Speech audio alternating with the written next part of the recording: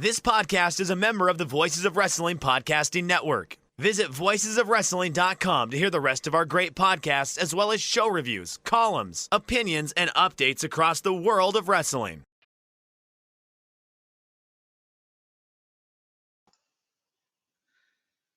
Shake them ropes. Jeff Hawkins, Chris Novembrino. This week sponsored by mybookie.ag. A little bit more about that later. Big news week, Chris. Wow. Where to start on all this? Because this is Saturday morning. If you're watching on the Voices of Wrestling YouTube channel, we're doing Cooking with Chris Novembrino, Cooking with Novi. We're in the cat kitchen once again. A little bit later, I'm going to tell you how to make a delicious breakfast quiche featuring cherry tomatoes and an omelet you are absolutely going to die for. But first, we have all the news from AEW and WWE. Jeff, take it away. Why didn't I have you host this show? Why am I hosting? I'm the curmudgeon who counterpunches. You're chipper because you had a date last night, so... And I have a charming little breakfast nook I'm going to take you all to a little bit later on in a delightful bodega. Oh, R.I.P. to Charles Grodin, Roger Hawkins of the Swampers. No relation, although I love the Swampers. If you haven't seen Muscle Shoals, the documentary, please do. And then also, wrestling-wise, Don Kernodle, who was kind of ships passing in the night for my fandom. He was big right before I started watching NWA. Jim Crockett in the Carolinas, but he was a college wrestler in North Carolina. Just a tragic story. The Dave audio on this was something, Chris. It was, Don Kernodle went to the heart doctor because he was having some issues. He got a bad diagnosis, went home and shot himself. What else is going on today? Jesus. Whoa. It's like, oh my goodness. Golly. Yeah, I don't have a banter subject, so I mean, I'll go into the news. Why not? On this week's Don't Worry About the Government, if you want to see me eat unbelievably spicy chicken and make fun of Cody, that's available. And Trisha, things are going well with the relationship, and I'm hoping to have cats in the mix here throughout the course of this episode. Elsewise, let us continue, Jeff. Yeah, starting with cuts in the NXT part of the WWE universe. Sean Ross Sapp of Fightful, friend of the show, reporting that Kavita Devi, Jessamine Duke, Ezra Judge, Skylar Story, a.k.a. Brandy Lauren, Vanessa Bourne, Alexander Wolf, Velveteen Dream, and referees Drake Wirtz and Jake Clements have been released from the company. So for context, those of you who may not recognize some of these stories, or some of these names, Kavita Devi was on both Mae Young Classics, over-pushed basically for the point of getting YouTube hits in India. That was her point. Jessamine Duke, of course, one of the friends of Ronda Rousey, part of those four horsewomen there, mostly appearing now on Up, Up, Down, Down streams that they do there. She was either play or fight. I don't remember which one. She was, I believe she was fight. Play. Yeah, she was play, I think. Yeah. But she was also in the Raw Underground segment featuring Marina Shafir at one point. I think that's the last time we saw her on actual television. Skylar Story, a.k.a. Brandy Loren, Joey Janela's girlfriend, or used to be his girlfriend. She was only featured once, and that was in the hot tub when Damian Priest got in after winning the North American title. I think that was just a signing for to keep her away from AEW. That's my opinion. Ezra Judge was never on TV. Bodybuilder, former NFL player, 6'8". It's believed that this may have been tied in with possible issues with Drake Wirtz backstage, but that is unconfirmed. And Jake Clemens, who you may not recognize, he was the Seth Rollins referee in that one skit where he was wearing the Seth Rollins shirt underneath. Okay, and then they never made television again, probably because people are going to think of him as the Seth Rollins referee. The other names you probably recognize go from least to biggest. I'll say Drake Wirtz, referee, mostly known due to issues politically that he is involved with. Former deathmatch wrestler who cleaned up his life of drugs and stuff, and took this opportunity to be a referee. But yeah, I believe that was probably a PR story that they could not contain, and so he is gone. These are all claimed as budget cuts, by the way, Chris. These are budget cuts. These are all budget cuts from the highly wildly profitable company. So, like, I mean, going back to the story last year when we were talking about budget cuts, I mean, the way they deploy this argument is really unconscionable. But now, like, moving back to Drake Wirtz in specific, I mean, look, there is a real issue when you make your political views wildly outspoken at work, and this is obviously a moving and dynamic subject that changes decade to decade. I mean, year to year. There is asymmetry in the way that we respond to how political people are at work or whatever. However, in the case specifically about Drake Wirtz, I think that he had been, based on the allegations around Ezra, what was his name? Ezra Judge? Ezra Judge. That's the Ezra Judge story, which centers around the George Floyd murder last year, and Triple H giving a speech that was rather anodyne. This workplace supports people of all races, creeds, and religions, and based on that story, that didn't look great for Wirtz. That kind of makes you a bit of a target at work. The fact that he had appeared in a political setting wearing an NXT t-shirt, wearing the work t-shirt in a political context, which sort of inherently drags the business into politics, whether they want to be in it or not. And then, you know, look, the mass stuff, any number of other things going on with Drake Wirtz. And then it gets down to, look, if you start rubbing enough of your colleagues the wrong way, eventually your colleagues are, one, not going to have your back anymore, and two, kind of make it subtextually clear that if there is a point, a station wherein you can be left at that train station, so to speak, it will be encouraged. And, you know, I think Drake was playing with fire here, and I don't know if it's personal instabilities that are rubbing up again, not understanding the realities of where he worked or the 21st century, any number of different things. But yeah, no, he had to go. And I feel no pity, no shame. And I think the reporting around him, even if you have questions about specifics in any one given story, I think the body of work, including the public videographic evidence, is overwhelming. And yeah, sad day for him. I have thoughts, but they're not. No, you then get your thoughts out. Get your thoughts out. No, I think it was probably more of a reaction that he thought he could do an equal reaction, and probably took it a little bit too far. It's like, well, these people are saying things about their politics. I can say things about mine, and I'm going to be louder and even more obnoxious. And it's one of those issues. That's what I think. But, so, I mean, okay. Like, I guess that would maybe apply specifically to George Floyd and Black Lives Matter. Although, again, like, George Floyd killed on camera, like, in a sort of very graphic and vivid way. But when let me expound just a little bit. Let me just finish the circuit here, because I don't have a long thought here.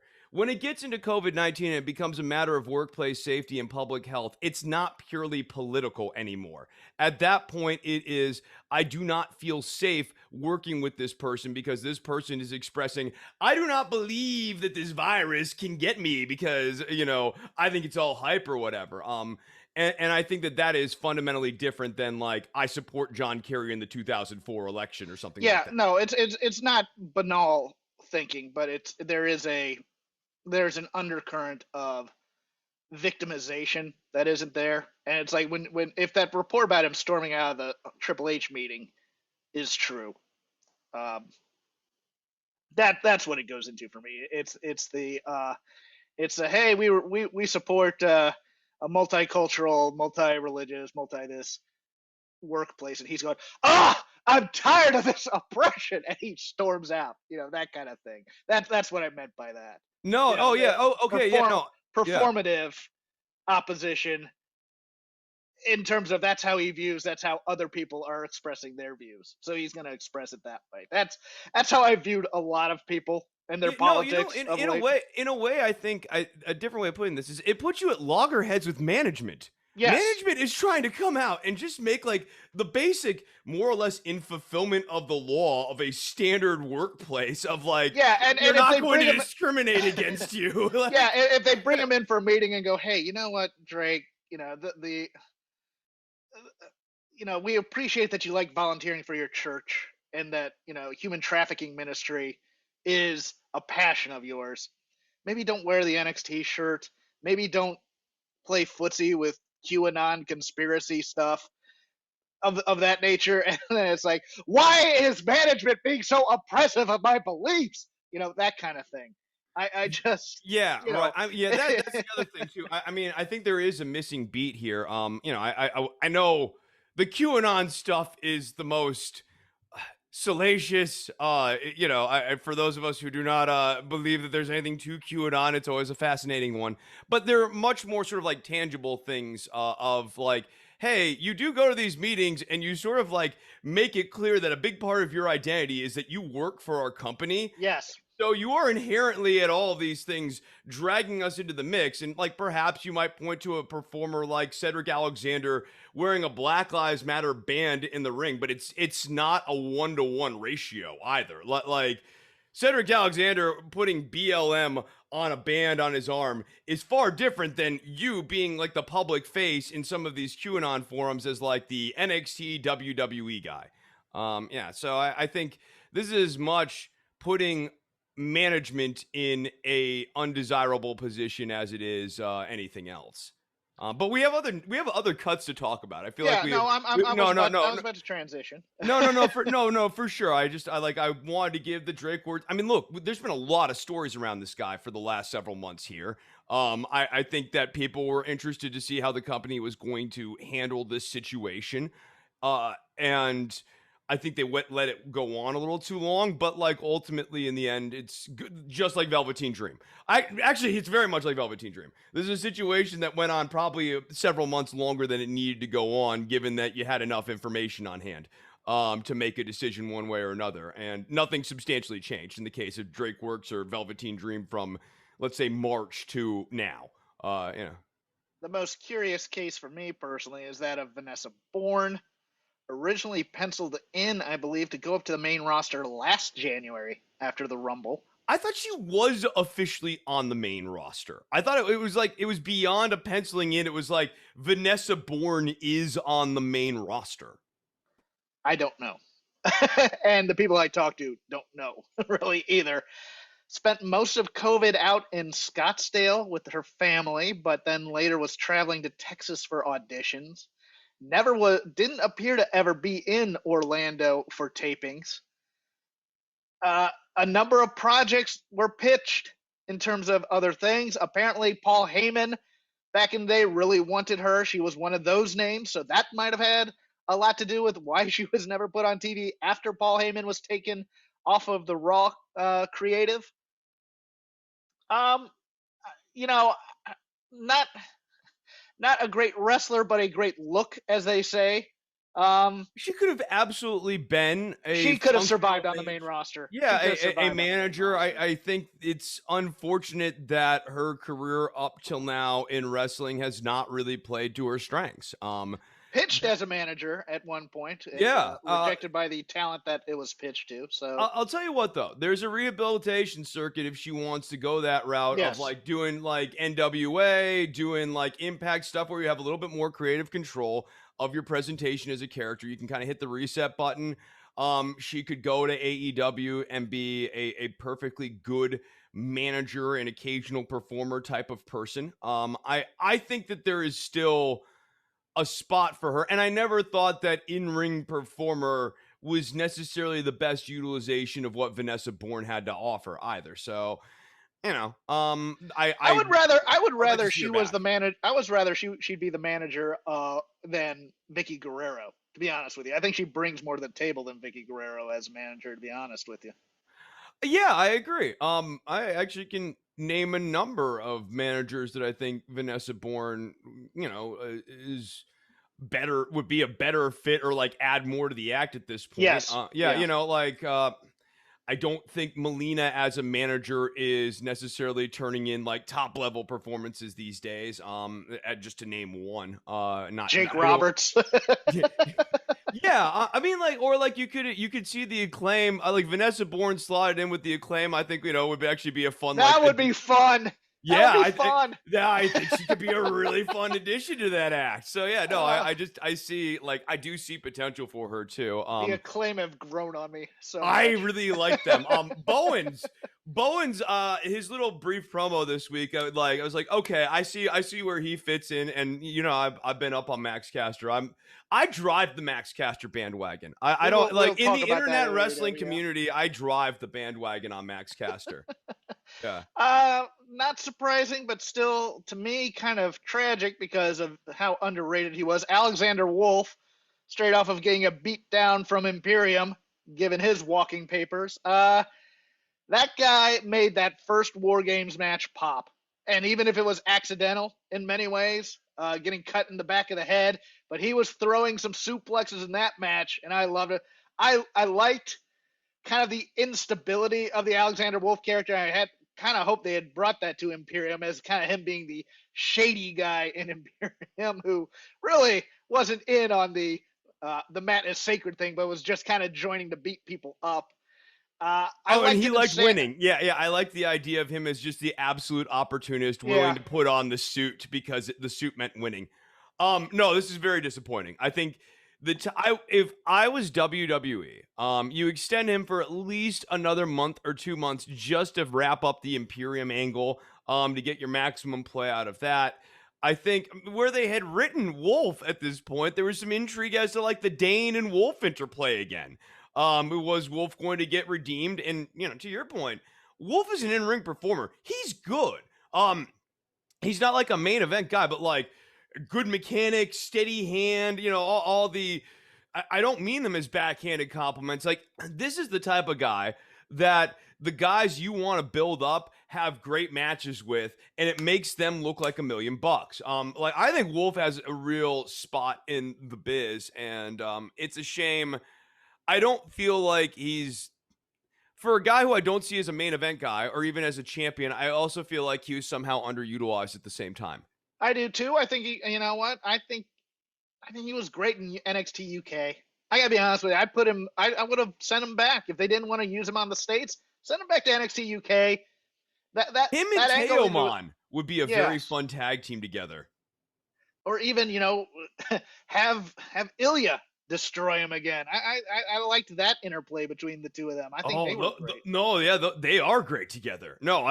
Wolf is he's a very underrated, like, he's a sneaky good guy in the ring, and you don't necessarily see it because the character's haphazard looking and he's not like a look guy. But like those German suplexes, all of his working clotheslines and punches, his ability to give and take, like he looks good when he's on offense, he looks good when he's selling.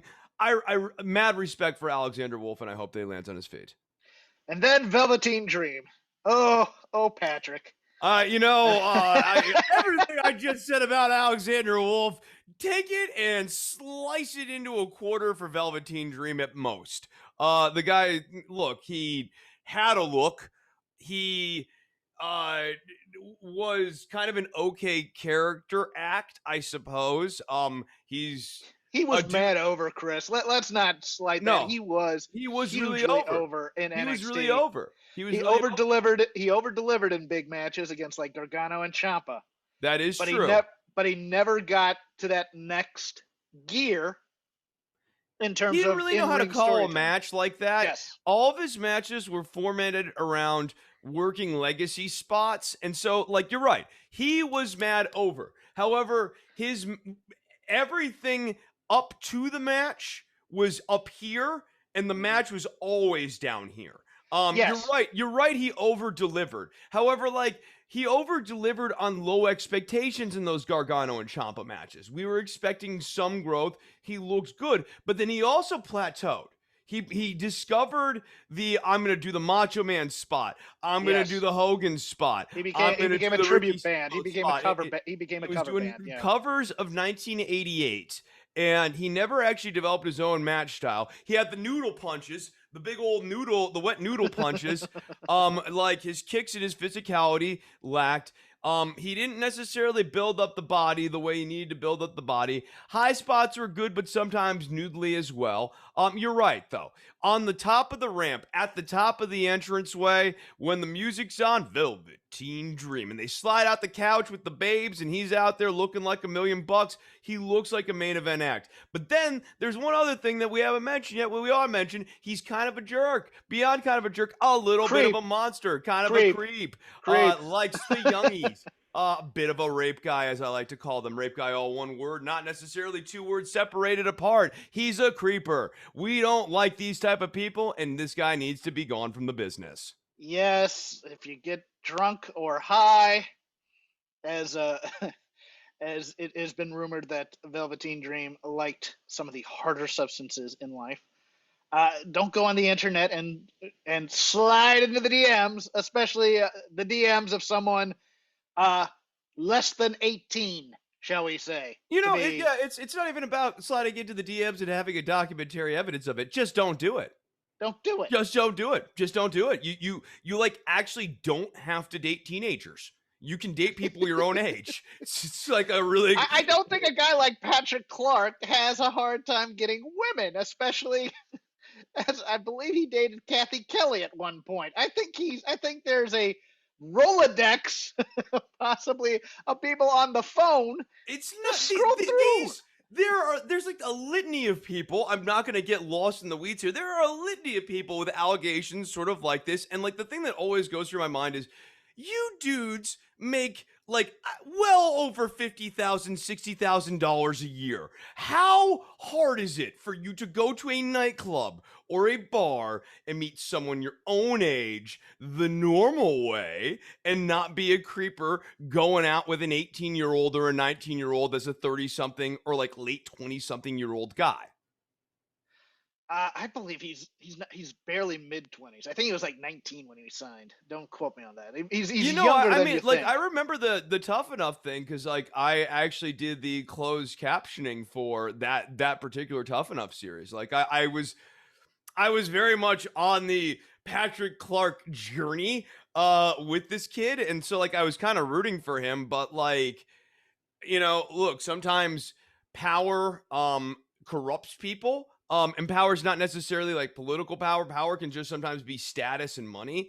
And Patrick Clark seems like the type of person whose character was sort of really revealed by even a modest amount of power here. And it's unfortunate. Beyond unfortunate, it's gross.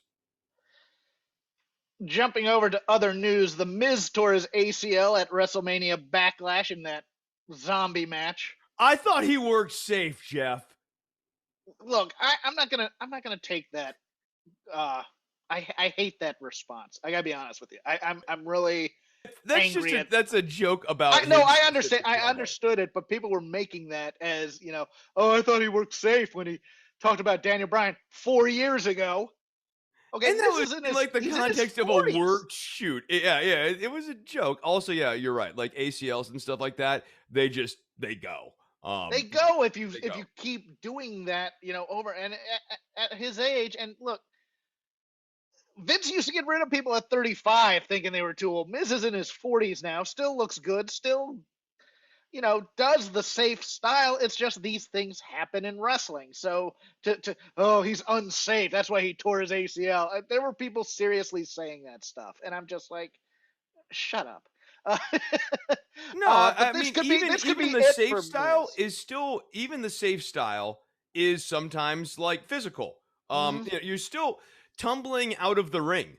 Like just even like kind of small stuff like that. You land the wrong way, you tweak your ankle or whatever. You have a series of small nagging injuries that you've been mildly favoring this way and that way for a minute, and you never actually got surgical work on it. But the favoring this way and that way also makes you a little weeble wobbly and maybe makes that ACL or MCL a little less stable than it ought to be.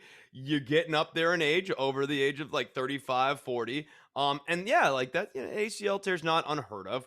I don't know. He might be back. He might not be back. I don't think I don't necessarily think he cares either way. I mean, like, look, he got a thank you title run just this year. I think he cares, but here's the good news for Miz. Number one, you have a built-in story now for your next season of your reality show. That's true. He is in his 40s. Don't know, I know he wants to go till he's 50, but time passes. But he also probably has a job for life in commentary if he wants it.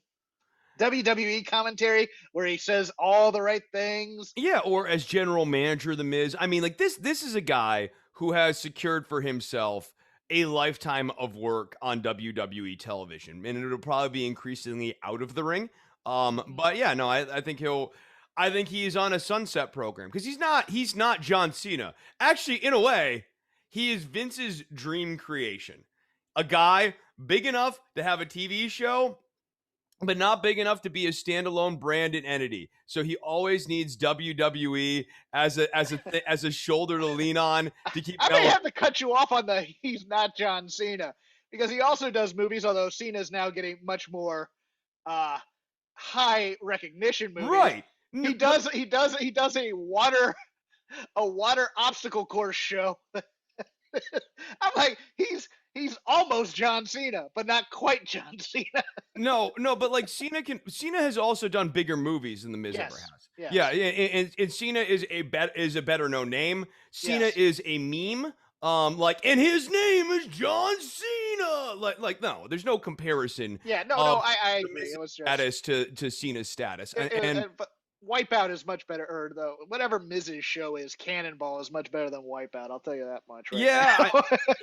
I believe that, but also the other thing is Cena is also just a more dynamic personality on TV too. Yes. Yeah, no, I mean, I've seen the promos for both, but Cena's interplay with his co-star.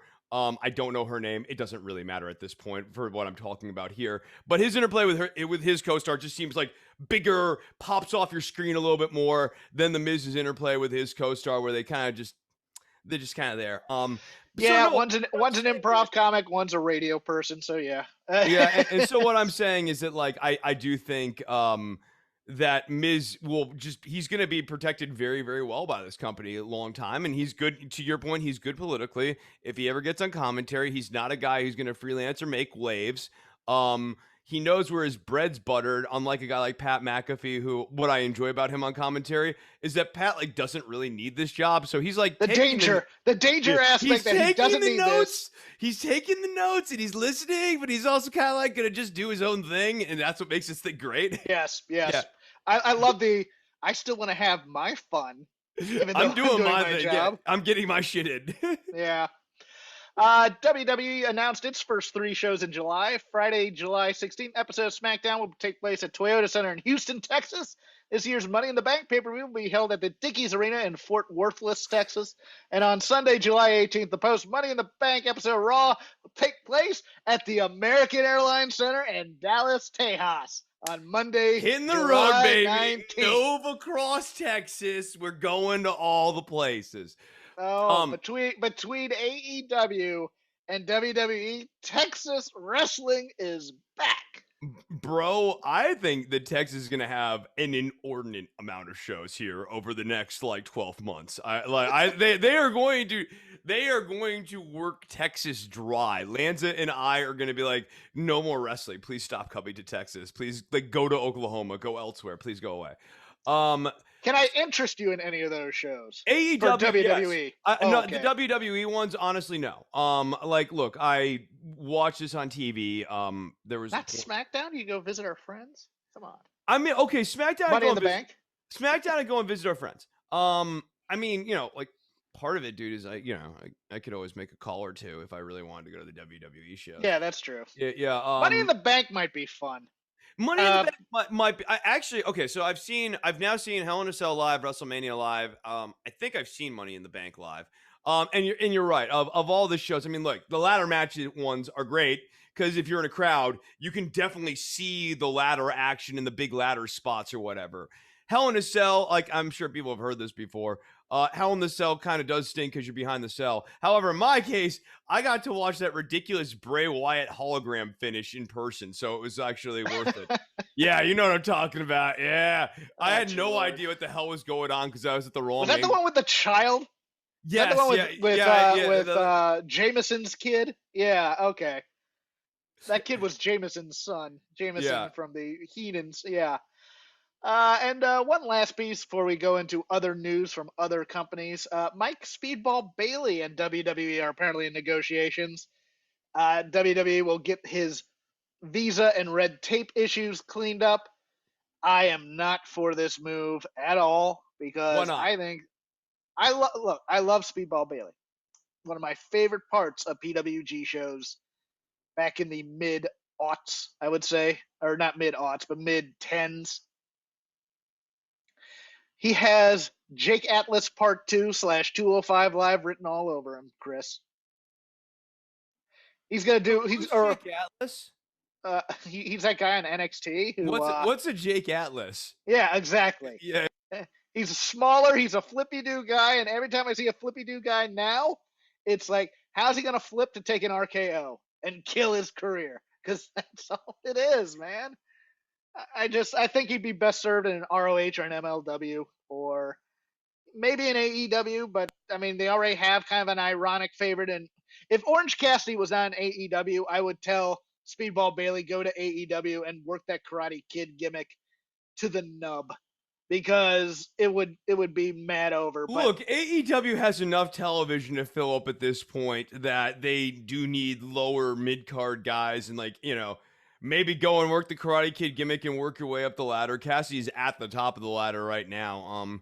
They need, you know, we're going to move to AEW. I think they're going to need Friday night stars. You know what I mean? Like, I think they're ultimately going to need to make some more stars and have some stars on a specific night to keep eyes on those shows.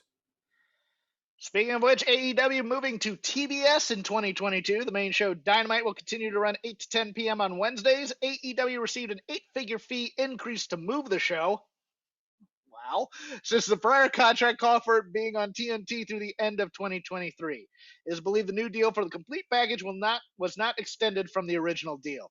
Rampage, the second show, will debut on Friday nights from 10 to 11 p.m. on TNT on August 13th, and will also be moved to TBS in January. Rampage will generally be taped on Wednesday nights, but there will be special Friday night live tapings on pay-per-view weeks. Appears they will run the city they are doing the pay-per-view in, for example, on November 5th. It was already announced for a taping at the Javits Center in St. Louis, and Full Gear will be in the same building on November 6th. Right now, the plan is a mix of all tapings for Dynamite, Rampage, Dark Elevation, and Dark, some weeks being on Wednesdays, and some weeks splitting up tapings on Wednesdays and Fridays. In addition, AEW will remain on TNT for 4 special events per year, said to be formats similar to WCW's old Clash of the Champions or Saturday night's main events, which when it was a big deal in the 80s. Since WWE owns the Clash of the Champions name, the live specials will give the company 4 new destination dates per year and will have another name. Incidental thoughts. Chris, yeah, I mean, okay, so it's complicated. Obviously, you say things like they're getting an 8 million or an 8-figure increase to move the brand over to TBS, and they're getting another hour. And like, some of these top line things are very good things. However, you invoked WCW, and when I heard about Rampage, the first word that popped in my brain was thunder. I immediately thought of, okay, AEW is starting to have a WCW Thunder problem where you have so many friggin' hours of television, there is going to be an oversaturation issue. Are you going to watch Elevation? Are you watching Elevation Dark? Are you watching Rampage? Obviously you're going to watch Dynamite, but another problem is that, like, AEW is now going to feel some onus to put additional content on this additional Elevation Dark and Rampage combined up for 3 additional hours of TV a week, right? Or is it 4? Is Elevation 2 hours or 1 hour? I believe it's 2. Okay, so you have 4 additional hours of TV beyond Dynamite. So you have either this issue of, is Dynamite canon, and do I, as a regular casual AEW person, only need to watch Dynamite to know what the hell's going on in this show? Or are you starting to make AEW a WWE-like experience where I am mandated to plow through 6 hours of AEW content every week to have a sense of what's going on, or at absolute minimum, at least do Wednesday night and then also Friday night as well? I get why Tony Khan, on one level, looked at the I don't want to expand out Dynamite to 3 hours thing because I don't want to have the Monday Night Raw problem on my hands. But I think he's created another problem for himself in saying, I don't want to do the Raw model, I want to do the Thunder model. My first thought was NWA Main Event, which premiered on, or not, the Power Hour. There was a Friday night show that the NWA WCW did where the hook was you'll be able to see main events from arenas that you wouldn't be able to see on TV. And then the ratings started to crater and would get preempted occasionally, I think, by Braves baseball or something. And then eventually it just became just another show with squash matches filmed from Disney. And I hated the Disney look and the center stage and all those other just vapid, soulless arena type setups that WCW had in the day, if you remember those. I also think my first reaction to this was TNT wants wrestling off of them to rebrand themselves as a harder, quote unquote, sports network with the NHL contract. And I think that kind of hurts wrestling too. I think wrestling is at its best and finds its casual audience in the easiest way when it's the thing that's right after hard sports. So you watch hockey, and then after hockey, wrestling's on. And you just kind of, hockey as the lead into wrestling is actually a great lead in for wrestling, because the same dudes who are watching hockey might actually keep a blood and guts match on if it's the first thing that leads off Dynamite afterwards. Now, I know a lot of people poo-pooed this. Actually, the second half of this. Now, the first half of this to me was, well, maybe somebody whispered, TBS and wrestling are synonymous, so let's put it there. And that sounds like something that maybe Cody might bring up. But I do think that there is something to associating one channel with your product, much like USA and WWE are linked. I don't like the idea of doing the Clash things on TNT while keeping the regular builds on TBS. I get Isn't the implication that TNT is better than TBS? Like yes. Just that model. It seems like the conceit here, and you can put the dollar tag on it and explain to me all the other reasons why going to TBS is good. But when you say, we're moving you to TBS, but we're still going to give you 4 specials on TNT, the implication is what you'd really want to be is still on TNT. Yeah. Yeah. And I think TNT has been a more prestigious network. Number one, mostly since they did the external, and now I think it's more of an internal policy of TBS is the comedy channel, TNT is the drama channel. Like TNT always had the NBA on there for a number of years, even before that rebranding type of thing. But to me, I think TNT is a more prestigious network now than TBS. And I know people go, well, it's all the same brand. It's all Turner. It's about brand extension, blah, blah, blah, blah, blah. There is a certain comfort level in. And if you believe that, did AEW maybe make their own bet here over the last year with some of the wacky, zany comedy instead of biasing towards a more serious model? That's possible. That is entirely possible. But maybe AEW would still be on TNT if they had rolled out like a more serious hard sport presentation. But like we're gonna have Orange Cassidy fall into orange juice sort of stuff, and Pratt falling as like they're getting sprayed with champagne or orange juice or cream soda or whatever the beverage is that week. Maybe TNT executives looked at that and were like, I don't know, this is TNT. This seems more like a comedy thing. Comedy is where we put we put on TBS.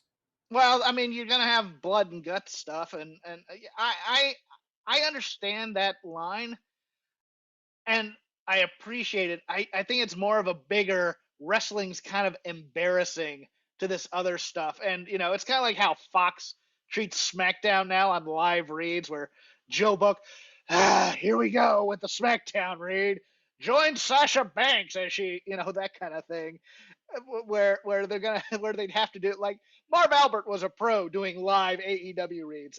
Other people on the TNT broadcast, not so much. So you could stick it over to TBS, where I don't think they do Braves games on TBS anymore, do they? I'm not sure. I haven't watched a baseball game in I'm like not a ages. Braves guy. I actually was kind of hard anti-Braves because it always annoyed me that they had their own network putting out their Braves propaganda all over the country, They were America's team on the Super trying Station. trying to convince me that I was supposed to like. That's how I felt about the Dallas Cowboys before I moved to Texas. I was like, why do you guys keep pumping this America's team propaganda down my throat? I don't need it, Hawkins. Chris, not patriotic. I get it. No. Nailed it.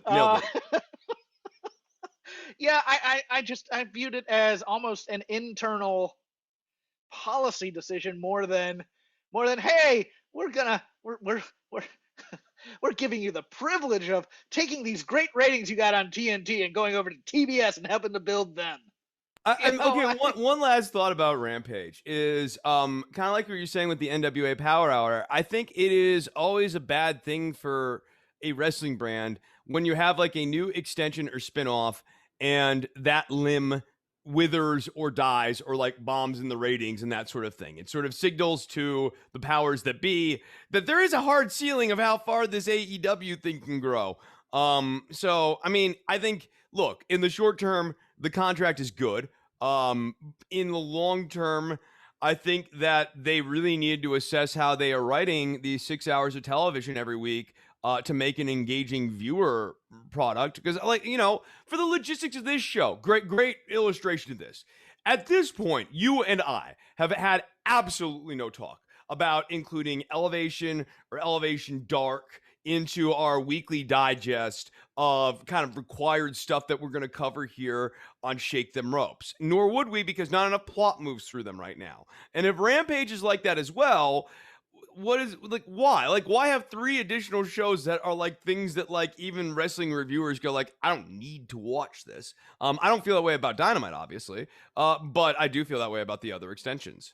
All these things were counter-programmed to make you want to have a time sync with AEW, much in the same way WWE wants you to have a time sync with them. That's the only thing I see. Because the people who watch Dark don't want to watch Raw or don't want to watch NXT or whatever. So, I mean, that to me is the strategy there. I don't agree with it, and you have to start paying me, kids, if you want me to watch all that wrestling.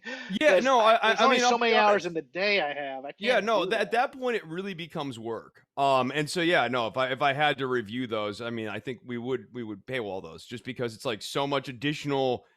It's a lot of lemon squeezing for not a lot of juice. We're not Joe Lanza. We don't have that no-show mob job that. Yeah, so I'm not working for an Italian restaurant that's a mafia front. So I don't have that issue. I actually have to go to my job. We kid me, because we care, but he loves The Sopranos way too much. Give a shout out to our sponsor, MyBookie.ag. Baseball and basketball are long. Those seasons are long. Baseball lasts more than a year. Really, there's like 365 days in a year, and baseball season lasts 2,000 days. Yeah, no, it goes on for 388. I don't understand how that works. And with up to 400 potential matches a month, you can make each and every one matter by having skin in the game with MyBookie.ag. Whether you're placing a wager on your favorite team player or just looking for kicks, MyBookie gives you the best odds and tons of options to make all your favorite sports a hell of a lot more exciting. You can bet on the NBA playoffs, which are currently going on right now, the NHL playoffs if you're a hockey nut. Take advantage of odds on, what's the third? Oh, the Belmont, I think, is next. Or no, the Preakness is next. Whatever horse in the Triple Crown thing's coming up. Or just hit up the MyBookie Casino for the full-fledged experience, where weekly blackjack tournaments give you and your friends a crack at prize pools up to $50,000. Did you say slapjack tournaments? No, I said blackjack tournaments. Okay, Slapjack tournaments are where you sit back and cater and play catering and play cards for How dare you? How dare you? But yes, blackjack tournaments which give you and your friends a crack at prize pools up to 50 grand. Go to mybookie.ag, sign up now, and use our promo code ROPES, ROPES, to get your first deposit matched up to $1,000. Let them know we sent you. So use our promo code ROPES, ROPES, to get that free deposit bonus. Start your day off with a win. Bet anything, anytime, anywhere with MyBookie. And we thank MyBookie for their sponsorship. Yeah, slapjack tournament. There's a card game called. Gotta get my weekly slapjack joke in. Well, there is a card game called Slapjack. As you there is. Yeah. So that you can do slapjack tournaments back in catering while you're wondering what they're gonna do with Shane Thorne and Mia Yim over on. He should put a card on his mask, like the Ace of Spades or something. No, it would be the Jack of Spades because that's slapjack. True. That's true. That's true. And then he'd enter the ring, and guys would whack him on the head. They go strong 1, 2, 3. No, bro. Like his new gimmick is he goes strong style, but he wears the mask, so like it hurts your hand every time you slap him, and then he just waylays you. No, it's great, dude. He'd be like Oneida. Yeah. Oneida, you mean? Yeah, either one. Oh, ratings news. Interesting in some ways, maybe not so much. AEW Dynamite averaged 821,000 viewers on TNT, down 12.3% from last week. It's the lowest viewership of the show since April 7th. The last night NXT aired directly opposite them. NXT, on the other hand, 700,000 viewers, 0.15 in the 18 to 49 demo and 0.07 in 18 to 34. Some say it was the NBA playoffs, but the Lakers game did not start until after AEW Dynamite. So, a little disappointing, but there's the ebb and flow of wrestling, I guess, in that but there's like about 1.5 million viewers of wrestling, and they're not coming over to each other's shows, it appears. No, I mean, that's the problem, or even more alarming, which I'm starting to think is there's maybe about 1 million viewers of wrestling. It might be brand loyalty. And they're watching the shows on YouTube as opposed to watching NXT. And then the people who watch WWE just take the night off on Wednesdays. And I also just want to see like baseline stuff, like, you know, what is the lift from the baseline? Because I think like, I think we get too hung up on like 700,000, 800,000, 900,000 or whatever. And what we should start looking. No, I think what we should start looking at is more like, okay, what's the lead in? How much is this an up from the lead in? Like how much would that look like above replacement or whatever? And I don't think the lead in matters. And I'll tell you why. Because I want to figure out what the baseline is what I'm saying. I don't say, you know, the 800th showing of Kong Skull Island. Or I'm just asking how many people have their TV on Kong Skull Island as we go into the show. I'm trying to figure out how much of this is just, I leave USA on all day. I like watching Monk. Or like, you know, I like watching Law and Order Poughkeepsie, you know, whatever. Reruns of Thunder in Paradise. I don't know what they show on TNT. Like whatever. They should bring back Thunder in Paradise. No, they should never do that. Okay, fine. Whatever. You're a hater. I am a hater. Okay, yeah, like what did Hulk Hogan ever do that was so wrong? Okay, wrestling. That's what he did. He was terrible in everything he did in wrestling. And outside of wrestling, largely. Also the racial stuff, but yeah. No, I know, but also his conduct as a businessman too. No, I feel like the joke sort of answers itself. Pasta Mania? Can we hold that against him? Pasta Mania is probably one of the best things that he did. But anyways, let us move on. What else do we have? Sex tapes? I think we should. He's not a good guy, Jeff. Don't bring back Thunder in Paradise. Fine, we've killed the joke. He killed Deadspin. That was fun. Over in New Japan, Will Ospreay has vacated the IWGP Heavyweight title due to neck issues.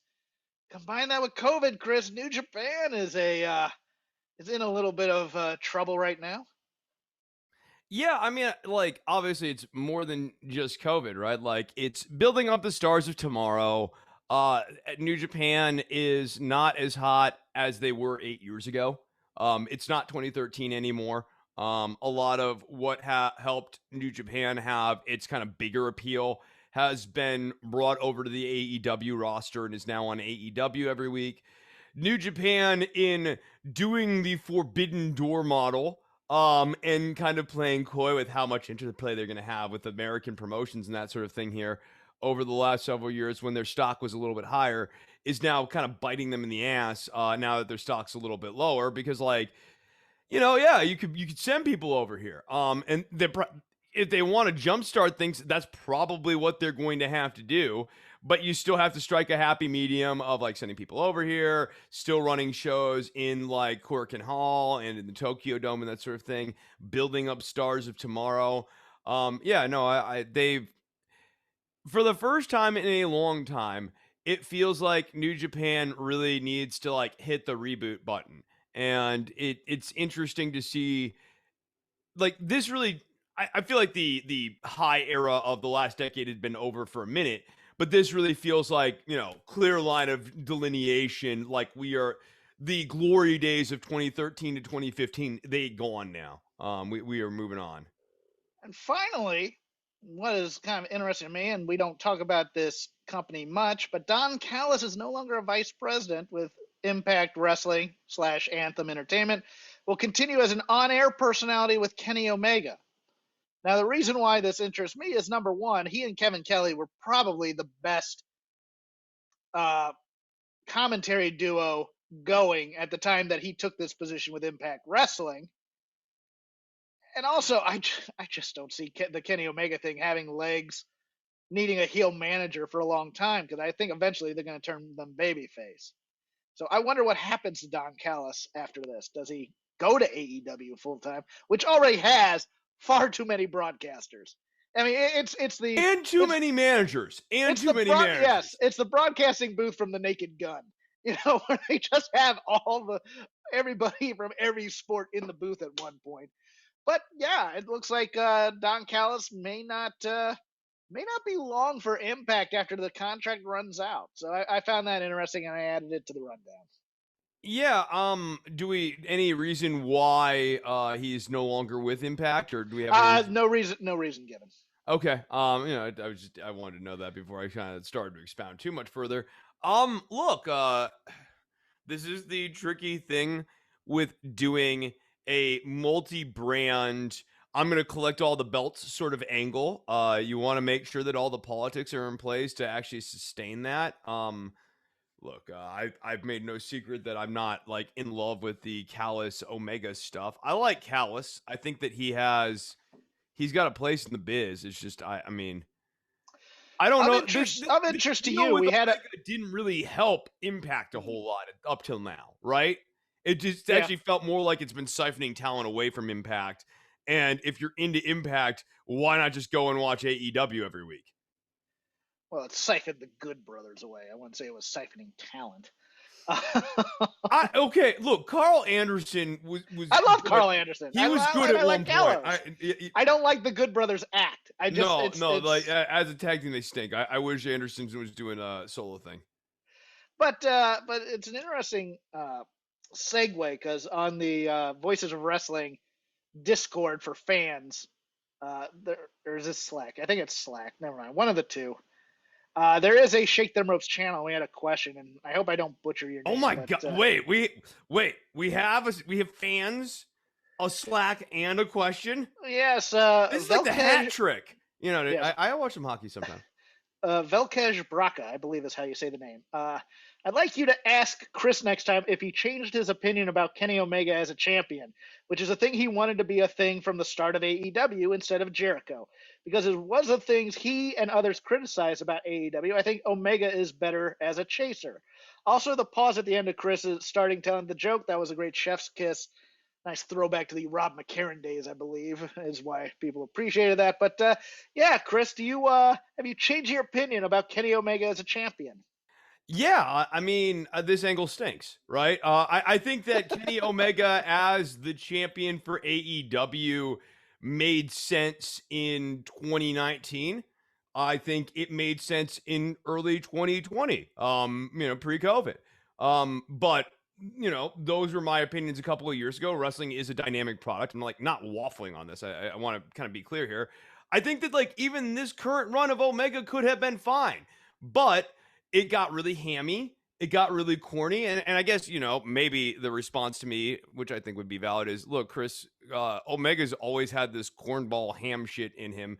And you have to, price in that any Kenny Omega title run is going to necessarily involve that. And if that's the argument, then one, I'm starting to be persuaded of that position. And two, then I guess let's keep Kenny Omega away from titles, because like this ratio of comedy with serious sometimes, but even when he's being serious, it's still got to be comedy. Like when he's intimidating Orange Cassidy this week. No, it's not main event stuff. So I'm like, here's the disparity, right? Like you've got me on one side, and then you've got the Wrestling Observer Newsletter Hall of Fame putting Kenny Omega up in there for his work. Which is the real Kenny Omega. I guess that's really for everyone to decide for themselves. But for me, no, I don't. I have changed my opinion. I don't think that. I don't think he makes a good champion now. But I also don't think it was necessarily fait accompli that he was going to do a reformation of the Bullet Club, this weird gimmicky belt collector thing, the nude painting of himself and Don Callis, like all the different like hammy crap as champion. I think there was a way for him to do this in a serious way. Also, like, I mean, who could have seen the goofy as hell exploding barbed wire death match finish coming? So trying to give myself a little bit of credit here, but yeah, no, my opinion has changed on that. Yeah, absolutely. Okay, let's make some editorial decisions here. Ice cold thoughts on WrestleMania Backlash, and then just what we liked for the week, and then we'll go home. Okay. I watched WrestleMania Backlash live, and overall, I liked the show. I did. I thought it was a perfectly acceptable wrestling show, except for the zombies. The zombie thing ruined it. I mean, I won't say ruined it, but it really was just. It was. How should we put this? You have a fantastic dish that you've made from a restaurant, and then you put a scoop of dog crap on it. Now you can't avoid the dog crap. Would you have felt better if they had, zigged instead of zagged here? I mean, Priest did say, I don't care if it's zombies, I don't care if it's aliens. Would you have felt better if we had gone the extraterrestrial route and the lumberjacks were from outer space? You mean just a bunch of Chris Statlanders around the ring? I mean, yeah, aliens from the movie Aliens or the series. I took that line to think Batista was going to be one of the was going to come out as one of the lumberjacks. I thought we were going to play this straight, and then as soon as I saw the locker room skit on the pre-show, I went, "Oh God!" And of course, it's going to become a zombie movie where both are fighting against the zombies as these brainless hordes finally stop recognizing the rules of professional wrestling and go into eat brains. And then they ate one of the people on there. It's not just. I mean, but honestly, credit to the officiating in that match up until that point. They did a pretty good job keeping the zombies out of the ring. Why did we have the zombie ref from NXT? To maintain order. He really should have been outside and I'm sorry, if you're gonna do this, go all the way. You have the real human referee trying to coordinate with the zombie referee, like have the zombie referee eat the human referee for a spot to allow for interfere. I mean, I was hoping for zombie dance break with the Thriller theme, and then maybe La Parka comes out with a chair. Yeah. Yeah, I understood it. I wasn't as negative as a lot of other people, because I go, this is product placement, this is cross branding garbage, but it also doesn't make people. It's a nothing match. The Miz is the Miz. John Morrison is John Morrison. Yes, you're trying to build Damian Priest. You can clearly move him on from this. This is not the end of Damian Priest by anything. It's cross-promotional, so you are fulfilling business and contractual obligations, and the match had no stakes. This is not, if it was Cesaro versus Roman Reigns with zombie lumberjacks, I would be like on here going like, this is the most ridiculous thing I've seen on this show in at least 2 years. But like, this is an opening match. It makes whatever. people think professional wrestling is stupid in a way that other TV shows can't get away with doing things like this, or can get away with doing things like this. Like, you'd have like weird, spooky episodes of like Roseanne or Star Trek when they do the holodeck stuff and they're in the time of Sherlock Holmes. Or like in the original series where they land on a planet of Nazis. Like, I mean, like, with ridiculous premises. But yeah, no, the other thing is, the tension is, wrestling is obviously, it exists in this sports world. And so, like, it's camp too. Yeah, and this is pure camp. And so I think, like, that's why this doesn't necessarily always kind of merge together or marry together so well. Other than that, though, I mean, even the pre-show match between Ricochet and Sheamus, they basically reran on Raw the next night. Very good. The women had a very good night, I thought, between the triple threat with Asuka, Rhea Ripley, and Charlotte, who is now. Look, but we're not gonna go into Monday because that's not stuff I like. But Charlotte is wrestling like she has a chip on her shoulder, and I'm kind of digging it, Chris. I mean, she's wrestling angry in terms of just how she's presenting herself out there. I like, and it seems like she can move a little bit better right now. It seems like kind of some of the changes she's made here over the last few years here, specifically in the last year or two, have really helped her with her mobility. I think that's helping her in the ring. I mean, at least from what I'm observing. And look, we are fans of the show here of Aunt Pam.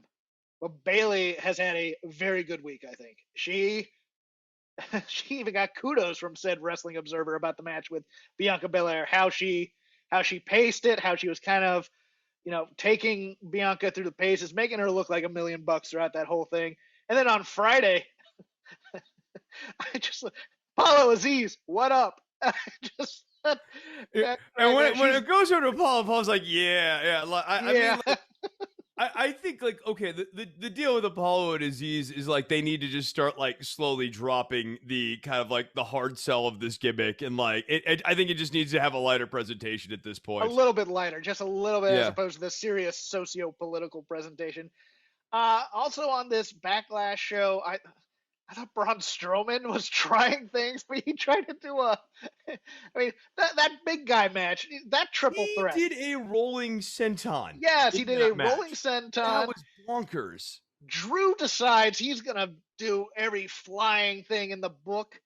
Also, it's other than I hated the electrical spot. I did, because they didn't write Bobby Lashley off of the match that way. And that has to be an electrical spot has to be an ender. Yes. Here comes Bobby Lashley. He's recovered from being electrocuted. I mean, the only way it would not be an ender is you go for the pinfall and the guy has like a jolt. Yes. That's your out of a pinfall otherwise, but like getting electrocuted needs to at least be a spot where I'm able to roll the guy into the ring and get an easy, unobtruded count and cover. Yes, that was preposterous. But it was big, meaty men beating each other up, and I dug that match. It over-delivered for me. Yeah. I think it's over-delivering for maybe the wrong reason. It's over-delivering because, like, I don't take Braun Strowman seriously as a entity anymore because he's stupid. And we really played into the Braun is stupid stuff. Even this angle sort of trades a little bit on the Braun is stupid thing. Yes. Like it's now an actual character point of like, this guy's dumb. And so, frankly, when he does high-risk maneuvers and he doesn't win, that also ports into the this guy is dumb narrative, which is not a thing you want for your babyface. This guy is dumb is actually not a great babyface trait. My favorite moment on commentary, though, was Bianca and Bayley when Bayley slapping Bianca in the head. Twice. That one's for Michael Cole. That one's for you, McAfee. McAfee's like, yeah, I totally had it coming for you, there, Cole, but I don't know what I did there. I'm liking the little heel inflections that McAfee's putting on. McAfee is good as a heel commentator. I don't know if WWE likes him as much as you and I like him with some of his stylings. He does have a problem, though. He has a problem with the hyperbola because it comes out in the Baby Champ match the Mysterios winning the tag titles against the Dirty Dogs, where he calls that the frog splash like the most amazing frog splash. And so I'm like, you know that Montez Ford is on this roster, right?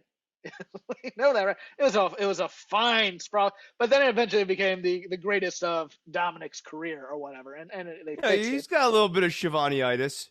That was a nice moment, though. I mean, they're starting to do those nice little moments. How do you feel about winning this title right afterwards, where they're actually somewhat playing the real of the situation? There are a few small things in terms of formatting that they've been doing lately that I consider to be modest improvements. It's not like show-saving stuff, but for example, having all of your champions at the top of the ramp at the start of the show today or this week on SmackDown. Yeah, I liked that. That was did weird. you? I didn't like that. It was. I liked it when you had Heyman come out and pull it together. Okay. I think I would have maybe had them all wondering why they're standing out there, and then had Heyman come out and explain, I summoned you all out here to, sort of make a statement. But I like the fact that they are setting up things from week to week so that, NXT, we now have a sense of what's coming up next week. We get that the same way with SmackDown. We've got this Jimmy and Jay thing that's wrapping around next week. We're getting a little bit more of tune into the next episode to see this going on in our serialized programming, which I think is good because it's a serialized program. So I think that that's good. It's not show-saving stuff, though. Yeah. And then, Cesaro and Roman was very, very good, but I never bought for a second Cesaro was going to win, and that was a problem. But I liked that. No, I have two problems. One, Cesaro never had a chance of winning. Two, having Cesaro lose clean, it absolutely took the intrigue away from him to try to get his heat back. This dude lost clean. Roman was like, I don't want your help, so I'm sending Jimmy to go deal with James. I love the James tweak on SmackDown. This yes. Small little tweaks like that, they work though. But sending Jimmy away. And then having Roman go out there, wrestle a strategic match that worked a limb, and winning because he did the limb work. Cesaro has absolutely no claim to the throne at this point. I'm not interested in him having another match with Seth Rollins. I also absolutely hate this morally conflicted Seth Rollins character because I don't see how it fits into the Roman Reigns storyline, which makes me go where are they going with the Roman Reigns stuff and the Jimmy and Jay stuff? I don't know. I thought Roman's storyline was better when there was the tease that Seth is going to be incorporated into the tribe, so to speak, and that was going to be the point of tension. And now it seems like the point of tension is Rollins can't decide if he's a good person or a bad person, and Rollins stinks as a babyface. He's a better heel. I agree. Yeah.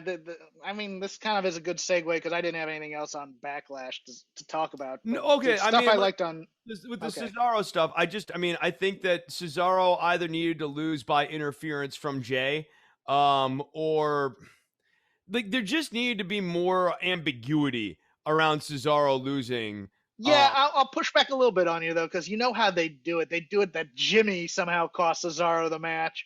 And is Jimmy a heel or is he on Cesaro's side or that kind of thing? That's fine. No, I mean honestly, have it run through Jimmy and Jay. I think frankly that storyline needed that beat. I don't think the story is stronger or better off, especially given the fact that in the build up to all of this, Jeff, every single beatdown, end of show beatdown or whatever, featured tension between Jimmy having to make a decision or James having to make a decision about Jimmy and Roman in the ring at the time. So either at that point you have James walk away from Jimithy and Roman. You're just making up names. I'm now, not just so not. Jimithy is a normal name. Lots of people are named Jimithy. Okay. No. I'll tell you what the button needs on this is that for next week. And this will get us into SmackDown talk a little bit because there's a couple things I liked on SmackDown.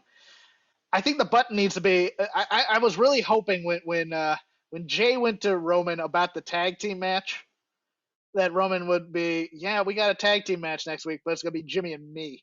I'll take this one. You sit this one out, and then that kind of Mitch and Murray are coming from downtown to talk to the boys kind of thing. It's that the boss is getting in.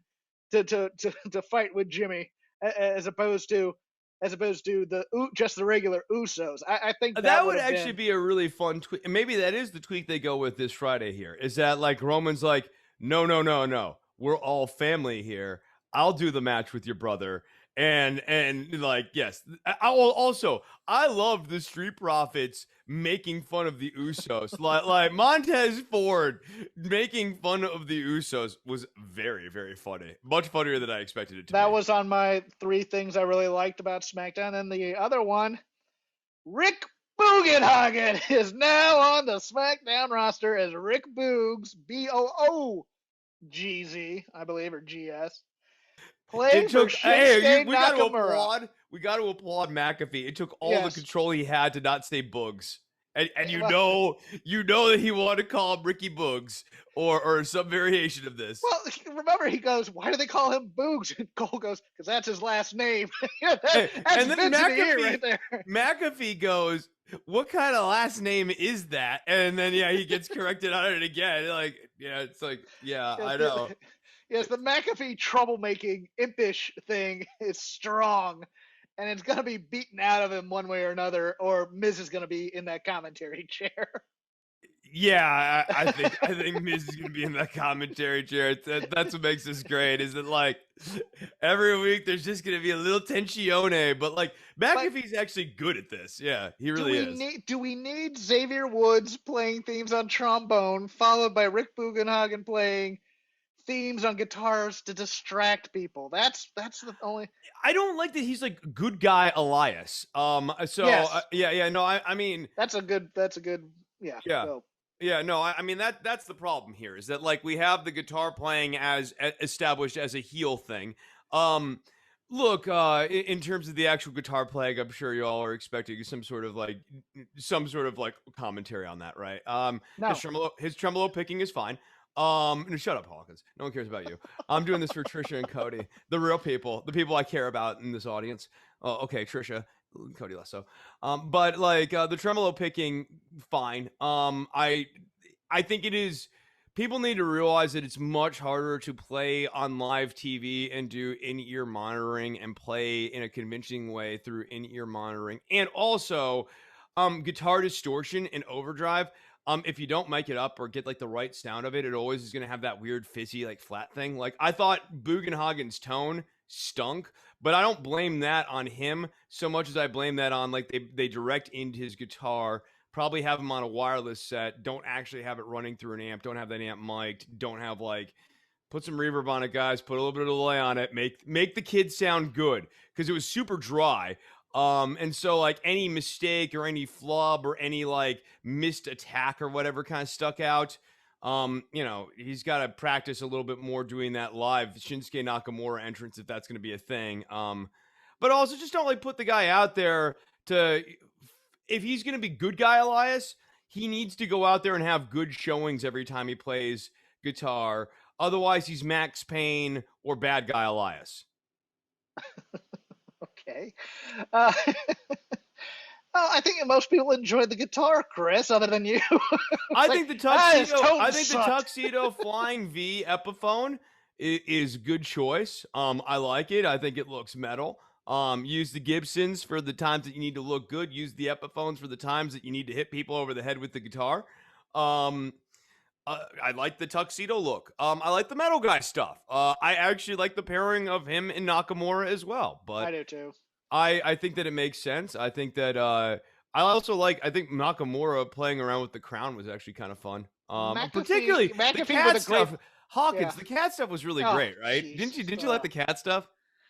I was hoping you wouldn't watch so that no. I think it's important to watch the product every week, but particularly if they have cats on it. Thank you, Robert Mitchum from Scrooged. Can we do programming for cats? Is that an option? Are they doing wrestling for cats now? Maybe we have a detective who plays with a string. I liked McAfee's little line where, man, I don't think I've ever seen Baron Corbin look that bald. I liked Baron Corbin's "You missed some notes." Heel trash. Of course you did. Other things I liked. Over on NXT, I think Hit Row Records has cool potential.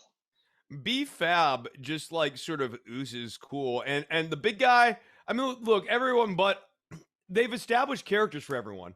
Everyone except but Ashanti. Except Ashanti the Adonis. Yeah. No, they established a character for him. He's just not going to go anywhere. But like, he's got the tag team with the little guy. He's a hothead. He gets himself into trouble. When the tag team loses, they're going to lose because Ashanti the Adonis is a hothead and weak link. That's going to help keep the big guy strong. He's Cedric in the Hurt Business. Yes, yeah. I mean, here's the thing though. They're on NXT, so there might actually be a narrative payoff to this, unlike the Hurt Business. So, yeah. But I love Swerve's menacing as leader. I think that's really also what kind of brought it all together. I mean, you have them doing the little catchphrases about hit row, but then Swerve kind of brings it all together kind of with that menace, and I dig that about it. I think it will get particularly over too the first time like he does like when they kick Ashanti the Adonis out of the group is when I think it will really come together for the remaining three, of which is bad, but like no, they're gonna replace him with Leon Ruff. You watch. Oh my god, that'd be like and essentially Swerve just mad dogs Leon Ruff out, like he keeps beating on Leon Ruff until they break him. That could be interesting. That could be interesting. Other things I liked. Let's stick around in NXT universe before I go into the other universe. NXT UK. I thought NXT UK was solid this week. I watched it while you were watching SmackDown because I didn't think I was going to have a chance to do it. But the A-Kid Tyler Bate match was pretty damn great. Rampage Brown and Wolfie had a big mean guy match, even though there's a little too much grappling in it. It's big. An easy watchable show every week. It's 1 hour. There's always like at least one good match. Usually the prelim, there's one good prelim match, and oftentimes the main event's a pretty watchable little thing. Whether it's Mako Satomura, Tyler Bate versus A-Kid, but yes, same experience. Rampage Brown versus Wolfgang, fun stuff. I'm into it. And the main event, fun stuff. I'm into it. The Mako promo was good. Even Noam Dar. Yeah. I hate Noam Dar with a passion because I find him just way too over the top obnoxious to be taken seriously. There was a sweet spot with him that they found at one point, and then they took that sweet spot and like turned the gain up to 10. And now he's Honky Tonk Man, which is fine. But I liked the interplay with Ilya Dragunov with the the bathrobe and the comfort animal, and Ilya's playing it a little bit too big for me. But I liked the trolling there of Ilya Dragunov trying to break him. Looks like Whoop Guy might get killed next week, which I'm fine. To Teo Man. And they did a little bit of the old NXT High School. They're in the break, although it's NXT The Office. NXT UK The Office with Nathan Frazier and the guys named Shaw Samuels. Yes, yeah. So, I mean, look, Frazier needs to get some W's. A match against Shaw Samuels is a good one. I like Shaw Samuels. I think he's a good standard middle of the road, like tough brawling heel type. He's a great rent-a-goon. Yeah, exactly. No, he's great. He's a good character actor in that sense. Yeah, and then even Sam Gradwell, still growing on me a little bit. Yeah. Look, there was nothing bad on this show this week. Yeah. I mean, there was. Oh, your girl won. We didn't even talk about that. Amal. Yeah, Amel beat Zaya Brookside. And what was perplexing? I mean, look, they turned. It was perplexing. Don't get me wrong. It was perplexing. Yeah, no, they turned Amel heel. They wanted to get her over. Look, she's rough as hell. Like she still needs work. I think the heel thing works better for her than the babyface thing does. But that's namely because the heel style requires you to work a little bit slower, and so that it kind of helps cover up. If you're not a babyface and you don't have that babyface speed about you, heel is the way to go. And so I think that works for Amel, but I don't think much else does. And I'm just confused why she's beating Zaya Brookside. Why are you beating Zaya Brookside? She's the only pure babyface you have left now. Yes. Given some moves that may happen. I mean, I guess maybe that's forecasting a Mako W here. Perhaps. Maybe Mako is the one who knocks off Kaylee Ray. But this company overall does not like having people get behind young, cute baby faces in any brand. It's always we got to kill that. Like Mansoor hasn't been seen in 2 weeks on this stupid Raw show. Man, boy, like talk about a terrible. Like it's slapjack levels of mishandling. With Mansoor, for sure. No. The slapjack stuff's earned. I mean, if Slapjack really wanted to, the problem with Slapjack right now, to get into that analysis, okay, is he's not causing chaos. And he was there to cause chaos, and now he's not causing chaos. So what use is a Slapjack? Oh, I think he's still got maximum utility. This is not a place. It's not like the status quo right now in WWE is great. I mean, I feel like society cries out for a Slapjack. Look, he is there to either take over or cause chaos, and he is doing neither. He is not doing either. Society yearns. Has he taken over a single table in catering, Chris? Has he taken over like the chicken stand at catering? Well, I mean, the SummerSlam build is just beginning. Yeah. Oh, we're getting that main event push finally. Yeah. How about become Ugandan and join the army? He joins up with Commander Aziz. He'd be Lieutenant Slapjack. Sergeant Slapjack, yeah. Yes. Hey, where's the mask still? Yes, yeah. Absolutely. Oh, dear Lord, there's way too many Slapjack jokes on the show. Toni Storm beats Zoe Stark. We're getting I don't have a problem with that.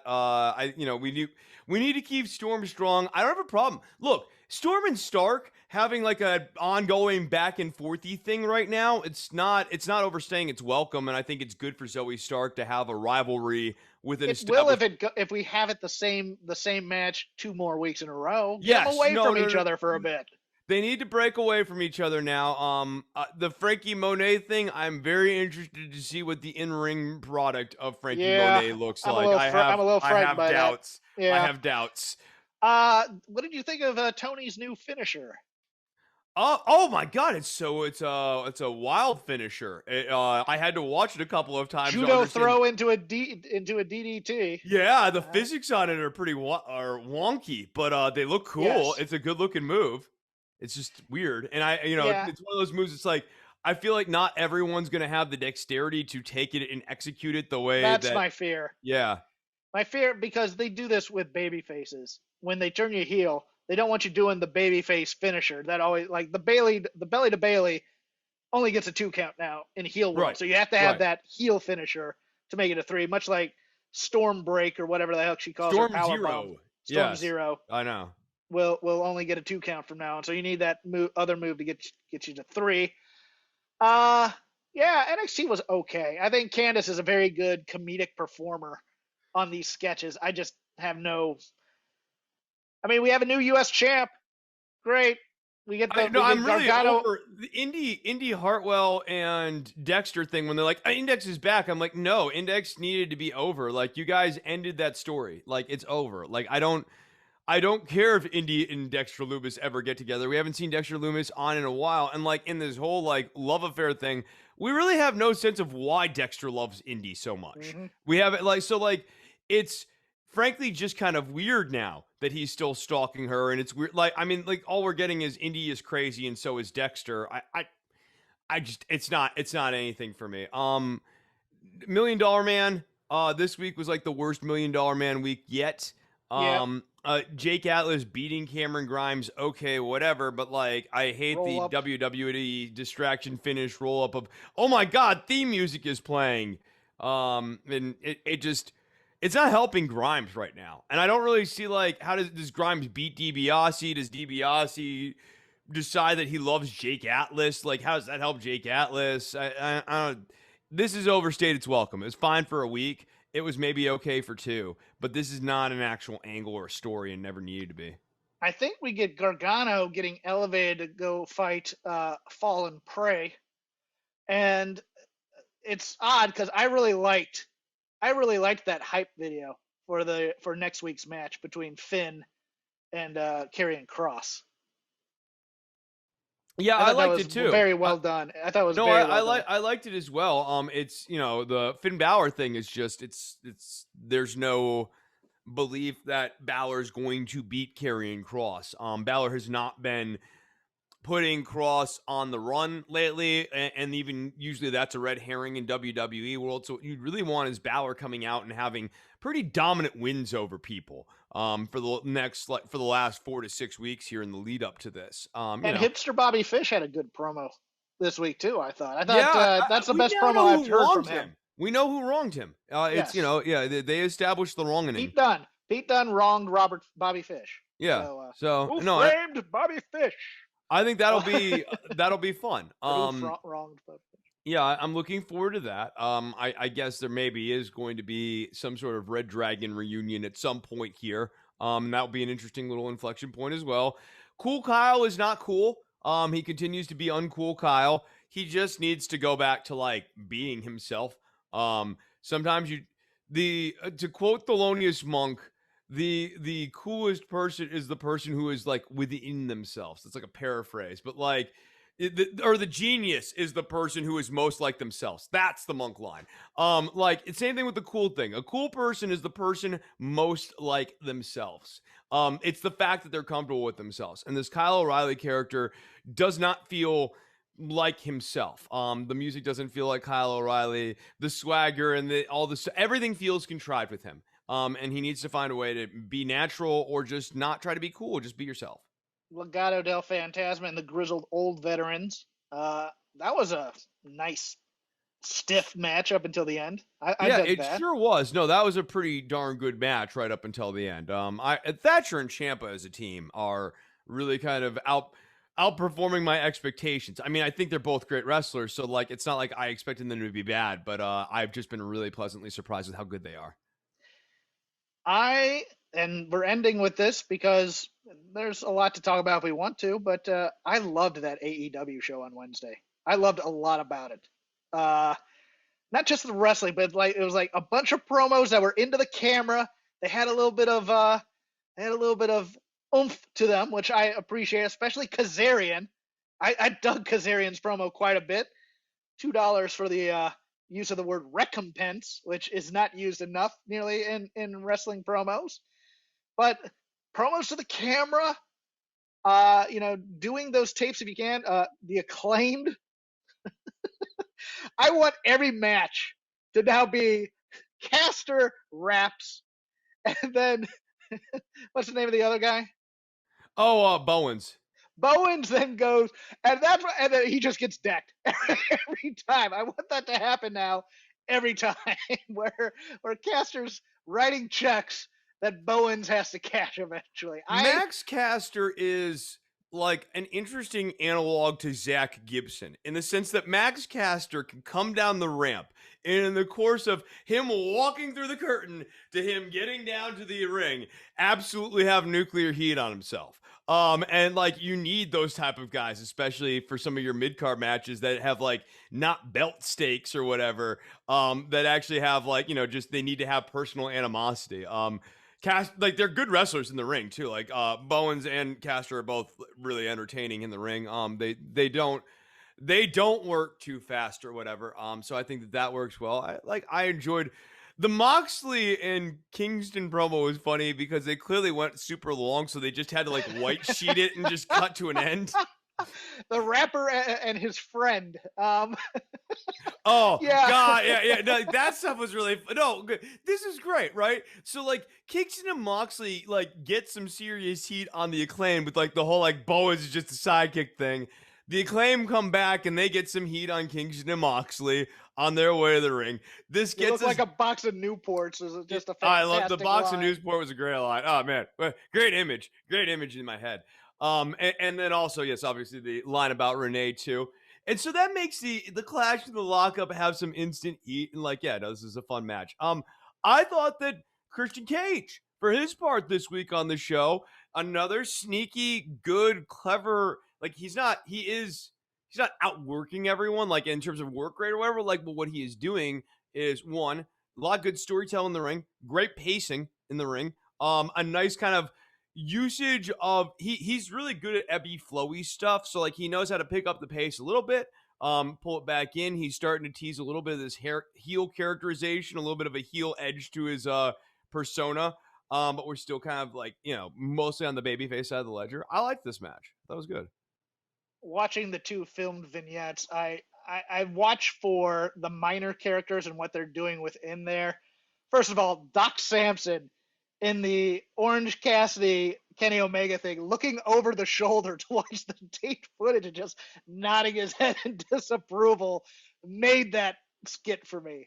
Everything else after that I could care less about, but the guy Orange Cassidy didn't deliver for his part at the end of the skit. Yeah, no, I thought the Callis and Omega wind up overstayed its welcome. It probably doesn't shock anyone that I'm not a big Kenny Omega fan, but like I thought it was fine, but like, okay, we get it. Like I hate the I'm an executive vice president crap. I mean, that is, I'm tired of it. I'm reeks of the bad old days of WCW, in the bad days of WCW. Yeah, when Ric Flair was the president of the company. Vince Russo crap. Yeah, no, it's very Vince Russo era WCW of like, we're talking about the politics backstage, brother, because that's going to get us over, and we need Orange Cassidy to be a good little mascot. Like, that is not helping Orange Cassidy as a character. Like this... Everything else is fake, but this little moment right here is real crap. Not good. Not good. I didn't think Orange Cassidy delivered in his part. I thought the premise was fine. I agree with you. I was watching Doc Simpson as well. I thought he was very entertaining. What was your other package? The Pinnacle's Last Supper type of vignette. The only thing that didn't work for me was Shawn Spears, to be honest with you. And I thought they should have just left it as he didn't get his drink as opposed to beating up a ref. But there were moments in that thing where if you're watching the minor players or the guy who's not getting focus, it was a lot of fun. Like watching Tully Blanchard give that first appalled stare and then just in awe stare of Wardlow as he's drinking the bottle at the table. I thought Cash, I always want to call him Scott Dawson, but Cash Harwood had a rather fun promo about, I'm tired of being in these personal fights because it's keeping us from being great. Dax just has to sit there and look like Dax. I mean, he's just kind of the guy. I thought MJF had a pretty good menace in his promo. This was really good at showing at once cohesion, but also divergences in personalities. But like, this is not the divergence in personalities moment or whatever in the story. But like, I like that Tully is perhaps too civilized for all of this at the end of the day. That he's looking at Wardlow and initially he's like, ooh, okay, why? Like, come on, dude, have some class or whatever. He looks at Spears. Spears loses his shit. And then Tully's like, all right, here's some money. That should take care of it. Like, he's not a good guy or whatever. But like, Tully also realizes that there's a grievance here and that like these kids are a little out of hand and he needs to tame these wild men a little bit. I like the tension between the tag team, the featured tag team of the Revival, or the FTR, whatever they are. Like they want title shots or whatever. And so when MJF is making this about him, there's always going to be a little bit of attention. Whenever MJF makes this about personal feuds, there's always going to be a little bit of attention for FTR because they don't really give a crap about MJF's personal beef. They're not really here for the personal stuff. So MJF has to keep kind of feeding them with money. And I like that little tension on the table. Yes. And then, I like Wardlow as just like the unbridled guy. And then Shawn Spears as the loose cannon. So we actually got with each person a reason why the Pinnacle might not have cohesion with any one of those people. But that's not what the promo was about tonight. And we're building up to this Stadium Stampede thing that I think will be done like more serious. It's the wrong order, really. Is we should have had Stadium Stampede and then Blood and Guts, but I get it. I get what they're doing. The Pinnacle stuff was good. The problem for me was all the Inner Circle stuff. I just the Inner Circle feels really flat right now. Although Hager cut a good promo in there, and he's not known to cut very good promos. It's just it's a little too. I think Sammy brings too much comedy to it. in a way, or too lightheartedness to it. So does Jericho in a way too. Like, I mean, Jericho's finding his footing as a babyface character here, but like every so often he does sort of like pivot back to comedy Jericho, and like he has sports entertainment instincts. Yes, and I think he career. needs to be respected veteran legend. I mean, I think a good thing that could have happened during this promo, especially since they don't have a good way of actually paying it off, is Jericho shows his baby faceness and shows team cohesion with Sammy.